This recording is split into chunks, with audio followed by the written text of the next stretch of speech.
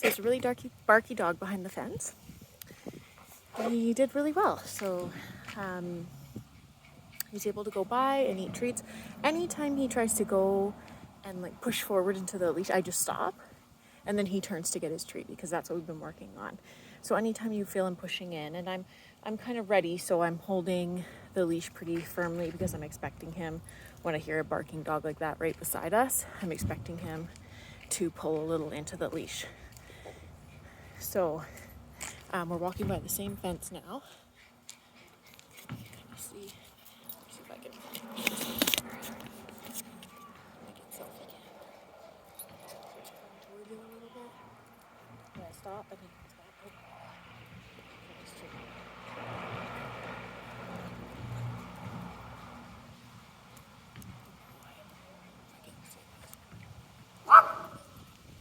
So the dog's barking. But he's here focusing on me. The dog's just right there.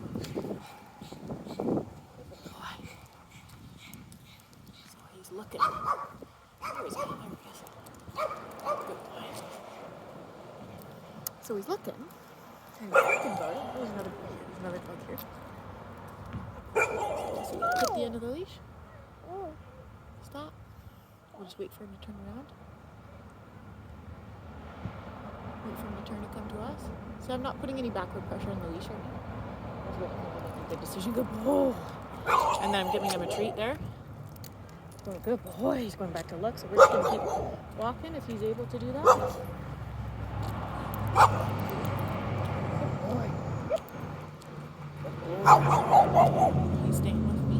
Good boy. Yep. Good dog. So he's able to look, yay, and then release and come back. Notice he's not lunging into the end of the leash. When he hits the pressure, I stop walking. Good boy. And then he comes back. Because that's an automatic behavior that we work on. Good boy. And this dog's like lunging into the fence. And it's a very, the other one had slats, so it's harder to see the dog. It makes it more challenging when there's an open fence like this. We're pulling a little. We're just standing here now. I stop my movement. Because I'm trying to get my treat out. So he stopped there. I'm just going to wait him out. And when he turns, yep, good boy. Good boy. Yep, good boy. So normally I don't just let them stand there and stare at each other. I was just trying to get a treat out with my leash hand. Usually I use my other hand. Good boy. There you go. So he's here getting his treats and the dog's still there. Yep, good boy. And we'll just keep moving. Good boy.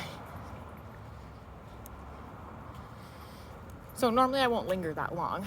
Like when you're walking, normally you're gonna have more hands than I do because I'm holding the camera on the other hand. So you want to feed your treats and keep walking. And not just stand there fumbling around a treats in front of a dog that's staring your dog down. But he's done really well. His regular leash walking is nice. So like you said, it's the dog thing is a thing for him, but he's been doing really well with that too. So stopping and having him come, marking him with, when he looks, and then he's doing a lot of automatic check-ins now, which is great. Even with the other dogs. And, I'm trying to get a good angle on him here. There we go. He's walking very nicely. Just nice and loose here with my leash. Good boy. There we go. Very nice. And if he goes, he's going like a little further out, it's not too bad. But if he goes any further than that, dog length, that's too far. Good boy. I'll stop and then he comes back. So as soon as we stop walking and he feels that tension on his collar, then he turns and comes back. Good boy. And then we'll keep walking. So I'm treating that at the beginning of the walk. I will treat him for coming back there and reward him for doing that. But if we're partway through the walk, once we get going and the initial excitement of being on a walk is kind of over, then I'll reduce the treats unless there's another dog, and then I heavily treat him for sticking with me when there's another dog.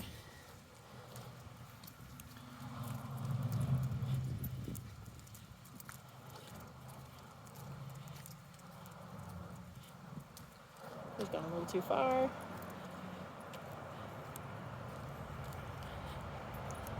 So he's doing really well. So the distance ahead that I'm stopping at is just a dog walk. So that's a little too far. If I can see his butt and his tail very clearly, then I'll stop walking and he comes back. Good boy. And you can also incorporate some turns, like I showed on the other video, this way.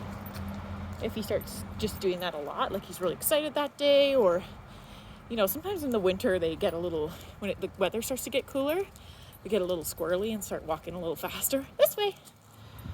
So when he starts going out ahead this way, he starts going the wrong pace, like he starts trotting when you're just walking, or he starts going a little too far ahead every time, then you do a couple of those 180s, just changing direction. Keep him on his toes this way, so that he doesn't think you're just walking in a straight line and he knows where you're going and he can just zip out ahead of you. Keep him on his toes and his paws. Good boy.